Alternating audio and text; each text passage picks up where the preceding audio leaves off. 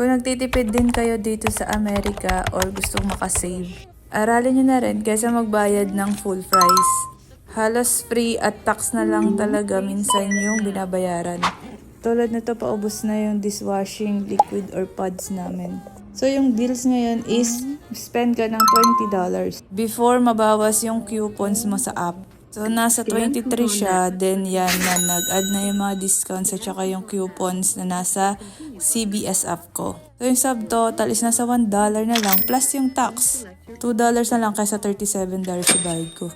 Natanggap ako na $4 after. Gamit ko yung coupon din niya yan. So sa next transaction, gagamitin ko yung $4 pambawas ulit.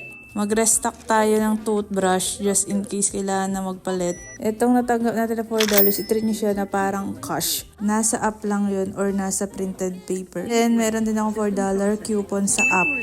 So yan, 0 na lang.